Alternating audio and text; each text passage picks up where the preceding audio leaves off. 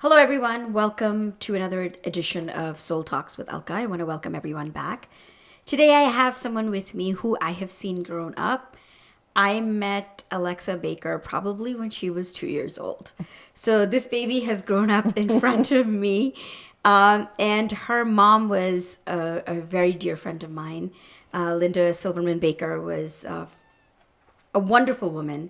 And for everyone, when they go to Alexa and they say, we're so sorry you've lost your mom, unless you've lost a parent, you have no idea what you're saying to that person because you clearly don't know what that grief is about.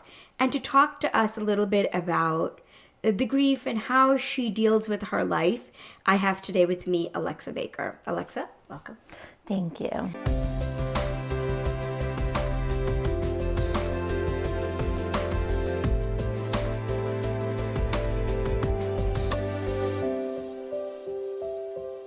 I'm so happy to have you here. I'm happy to be here. Our little baby has grown up. I know. No more cheek pinching. No more cheek pinching. So when Alexa was little, she had very, very, very cute cheeks. And unfortunately or fortunately, any kids around me that have very cute cheeks get pinched a lot. So Alexa would walk around. Alexa, do that. I used to walk around like that. This is how Alexa walked around the whole time when I was with her. But now she doesn't do that anymore. Now I'm not pinching your cheeks anymore either. So Alexa, talk to us about your life turning events. Just a little bit about your mom. Well, she passed 3 days before my 19th birthday. I'm 27 now. Wow. So that in itself, I'm right smack in the middle of where somebody's becoming who they are for life. Right. And as a young woman, these are the most important times where you need your mom. And it was just kind of like a here today, gone tomorrow. Yeah, type it of happened thing. suddenly. Yeah. She wasn't sick for years. We say sometimes she might as well have gotten hit by a bus. That's how fast. Her official diagnosis was cancer, but she had a survival of 2 days from the time of her diagnosis to her death. Oh, wow. So there was just no time to prepare. And, here I am with my brother and my father, and basically we're just thrown into the situation where we don't have the leader of our family anymore, and we have to take care of each other and just figure out our new normal. Yeah. So... And she was quite the personality. I mean, she was really the social butterfly. She took care of your social calendars. She took care of... She was our leader, our front runner of the family. Yeah. So, and she was my best friend. I mean, really. I did everything with my mom. Called her every day and let her know this and that was going on. She had no problem telling me when I'm making a mistake. She had no problem telling anyone. Yeah. You had to love Linda for that. If there was something wrong, Linda was going to tell you. Yeah. Linda was not going to keep it a secret. Yes. So, I mean, even at her funeral, there was 200 people at least at her funeral. The roads were shut down by police. And so she had a huge presence in the community. And everyone knew her. Yeah. Everyone knew her. How did that... I mean, obviously, losing your mom is a big thing, right? Mm-hmm. Linda was also your social manager of your calendar, right?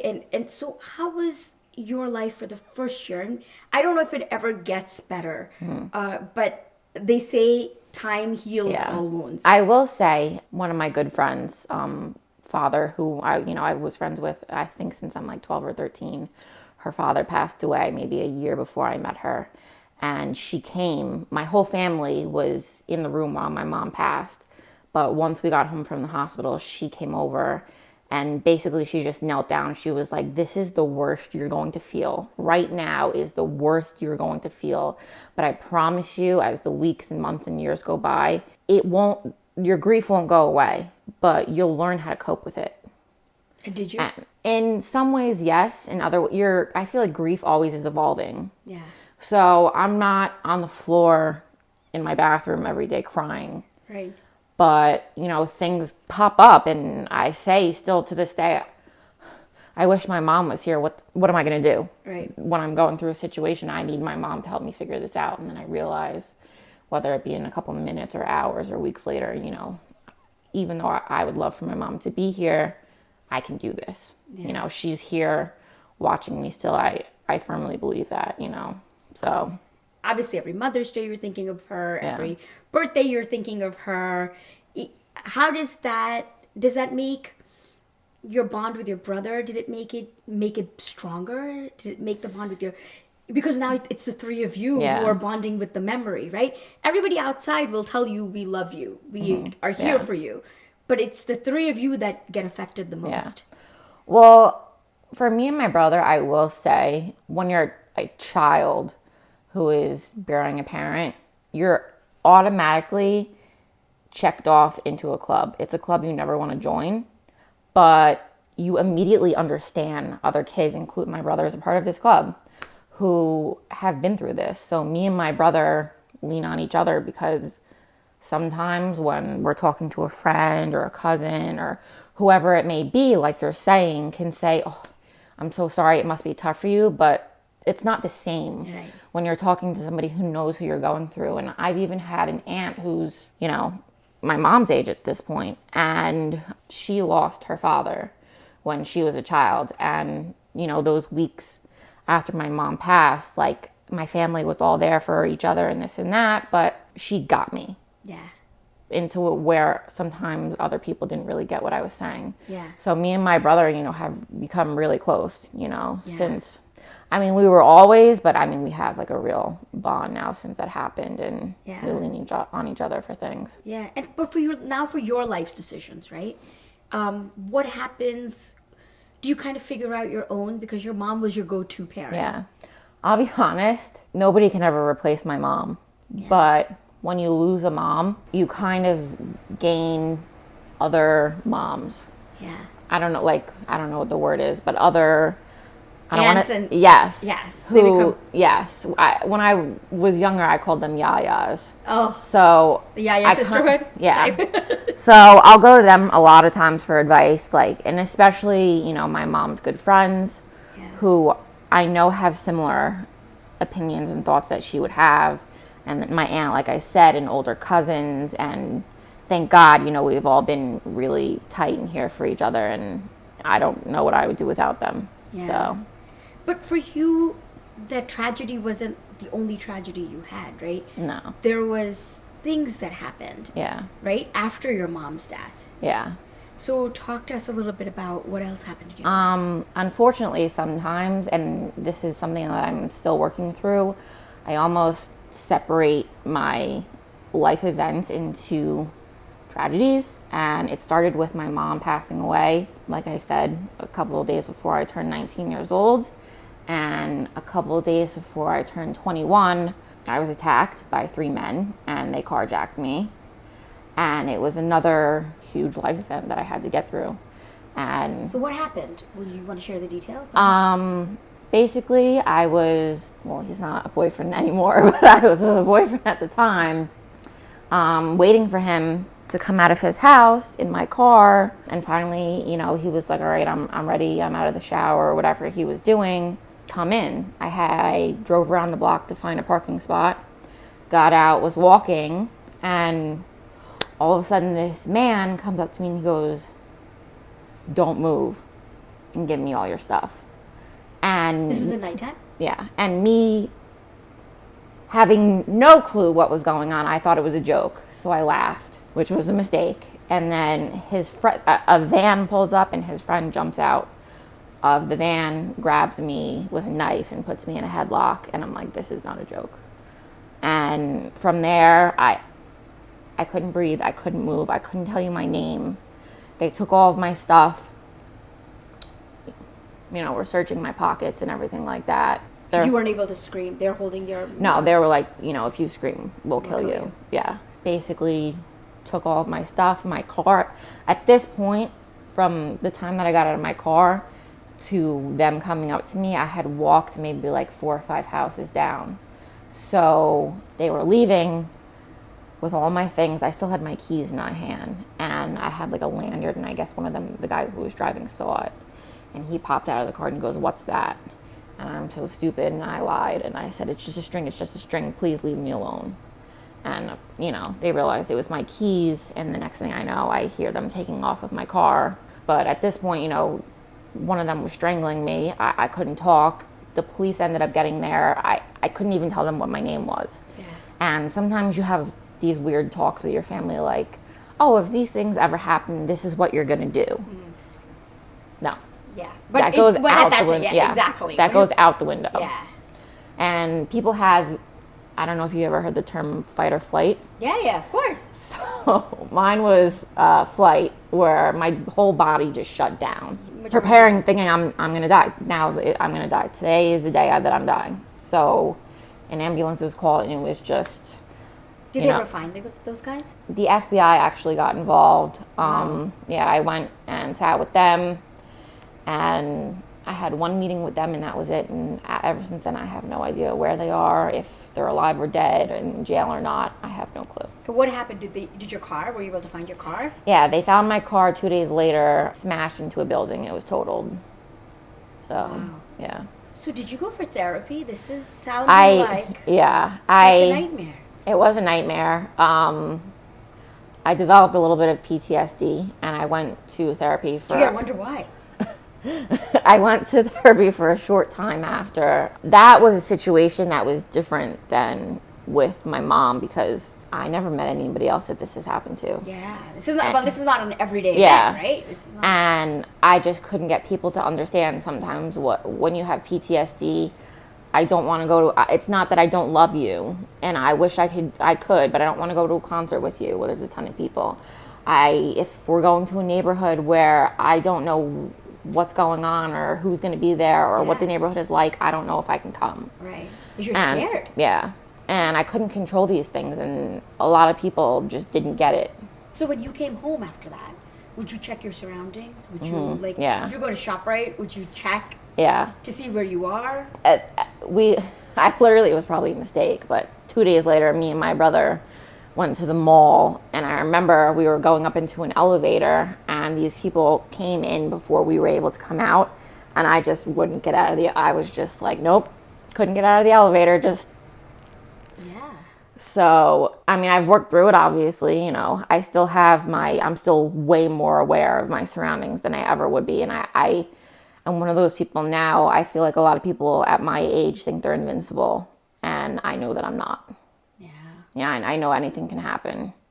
So, I mean, that might hinder me at some times, and it might be better for me at others, but it's just something that I have to deal with. Yeah. So, but how do you protect yourself now versus the time where you thought nothing can happen to me? Yeah, well, number one, the first thing is now I know something can happen to me, and I feel like that's a big protectant for my head. Like, I'm looking to see who people are. I won't just hang out with you if I don't know if you're a friend or this and that or whoever, and I'll research where I'm going, and I have my pepper spray with me now, and I realize now if something's happening, it's not a joke. This is for real. I mean, God forbid, I wouldn't want anything to ever happen to me again, but I take things a little bit more seriously now than I did then. Yeah. So, I mean, I was 20 years old at the time. Wow. You think nothing can ever touch you. Yeah, nothing can ever touch you at that time. But things didn't end there, right? No. A couple of years later, I had a boyfriend suddenly pass away. And that was something else that I had to work through. And I just thought, like, why is my life separated into all these tragedies? Like, what next is coming for me? How do I live? Right. Where do I go from here? And I did it. Like, that's what you have to do. You do it. And you're allowed to have grief, and, you're allowed to have your sad days, but you keep moving. Yeah. So do you still continue to see a therapist?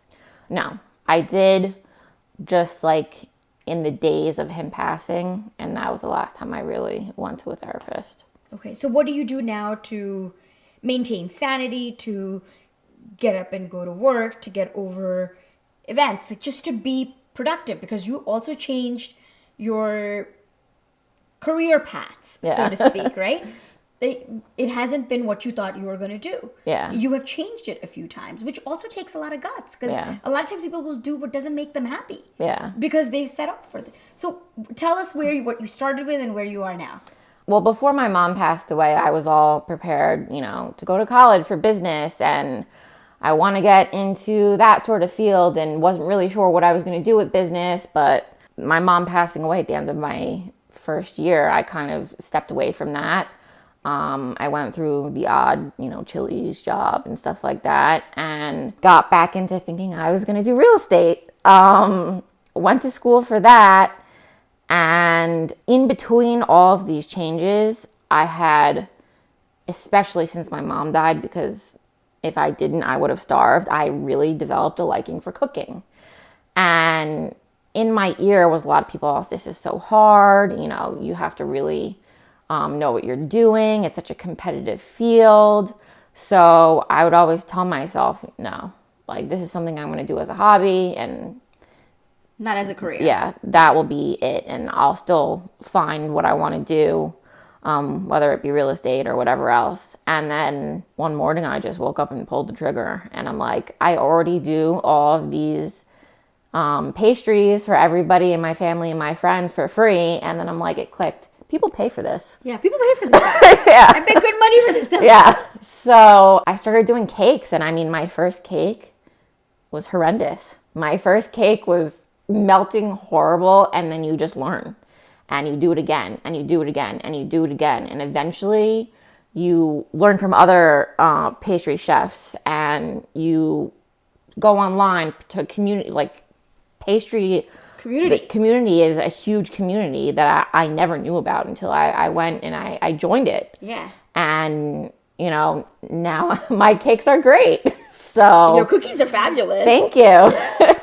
But yeah, I just decided, I'm going to start my own company, and that's what I'm going to do. So if someone had to order a cake from Alexa?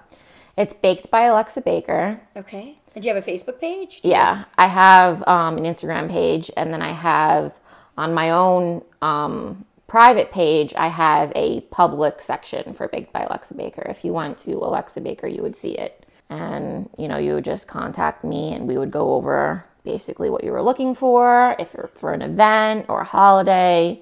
Because for cakes, usually I like to have a consultation, what you expect.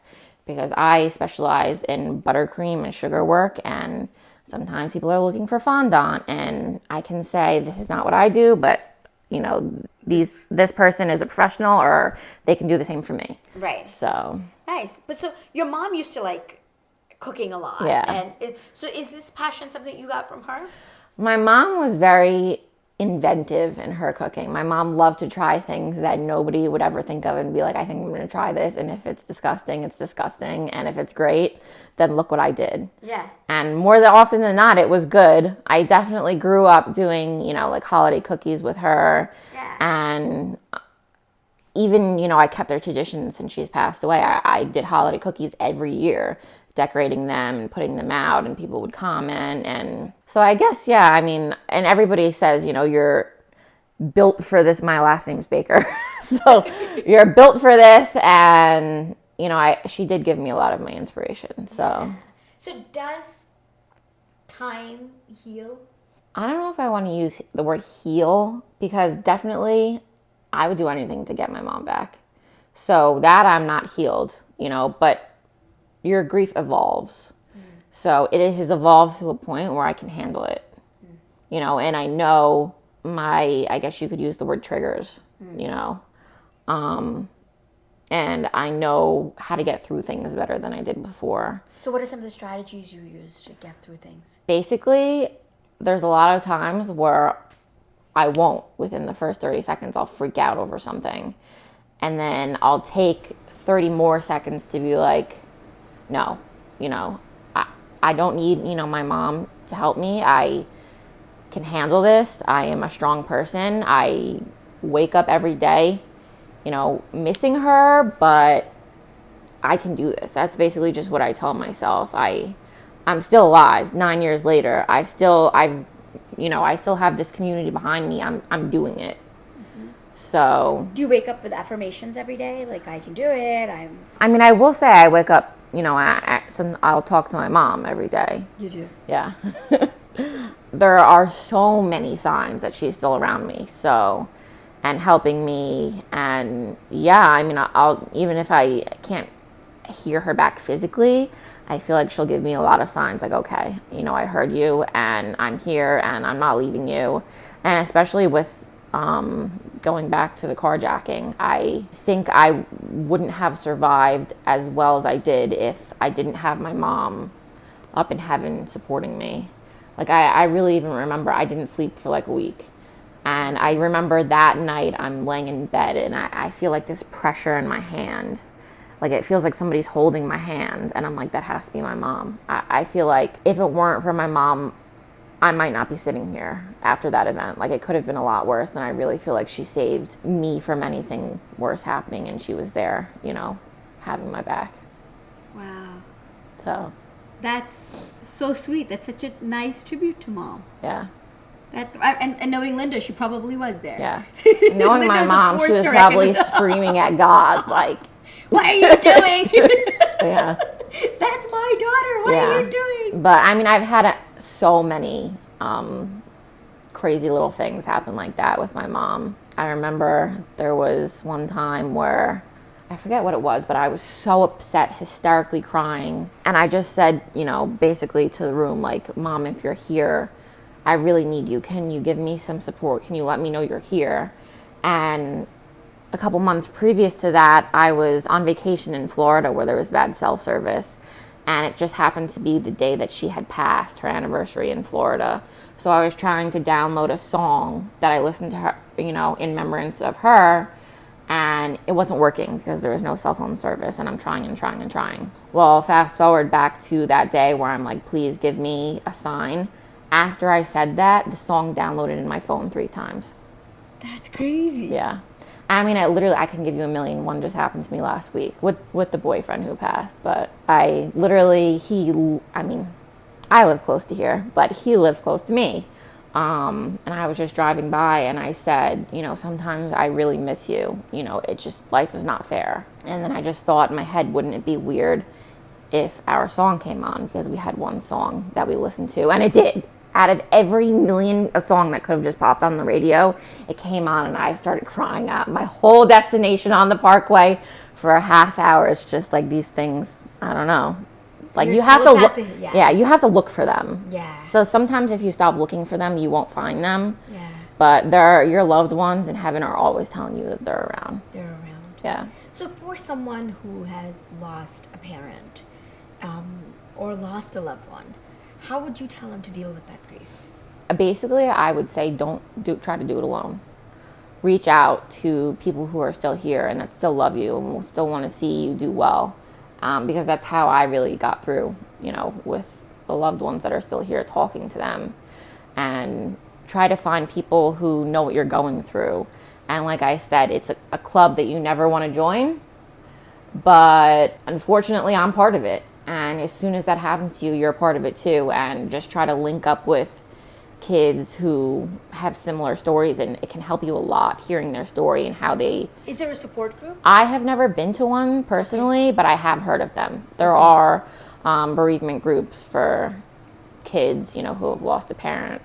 Okay. Yeah. And why, just curious, why haven't you been to one? I'm more comfortable talking to people that I know. Okay.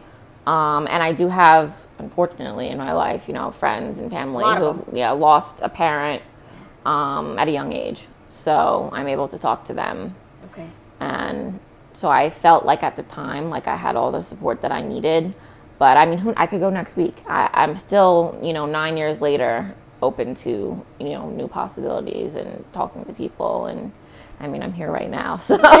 And when I spoke to Alexa about that and said, you know, Alexa, would you like to come and talk about your mom? Because every year on your mom's death anniversary, you know, I see you in Devon, and it's the same thing, right, Mom? We're missing you.